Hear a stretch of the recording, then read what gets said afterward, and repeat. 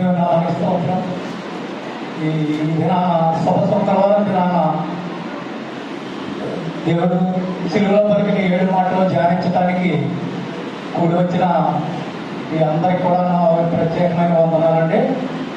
ఇంతవరకు 3 పెద్దలు సిలువలో పలికిన 7 మాటల్లో 3 పెద్దలు 3 మాటలు ధ్యానించారు. 4వ మాట నేను ధ్యానించడానికి అవకాశం ఇచ్చిన సంఘ పాస్టర్ గారికి కూడా నా వందనాలు తెలియజేసుకుంటున్నానండి. ఆయన పలికిన 4వ మాట నేనే చదువుతానండి. ఇంచుమించు 3 గంటలప్పుడు యేసు ఏరి ఏరి రామా సభక్త అని బిగ్గరగా కేక వేశాను.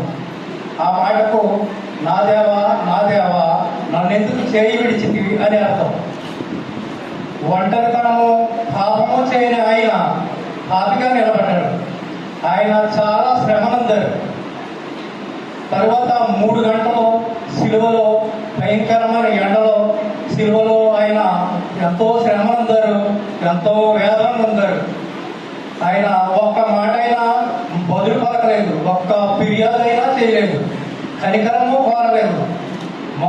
మౌనంతోనే ఆయన భరించారు. భౌతిక శ్రమను మించిన బాధయే నన్ను ఎందుకు విడనాడితివి అని అయిన తర్వాత దప్పికొని చూడాను అని పలికారు.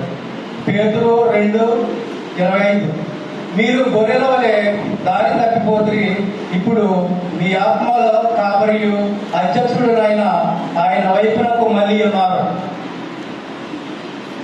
ఇది దేవుడు నాకు ఇచ్చిన ఈ కొద్ది జ్ఞానం బట్టి ఈ 4వ మాట వివరించడం జరిగింది. దేవుడి మాటలో దీవించిన కాక.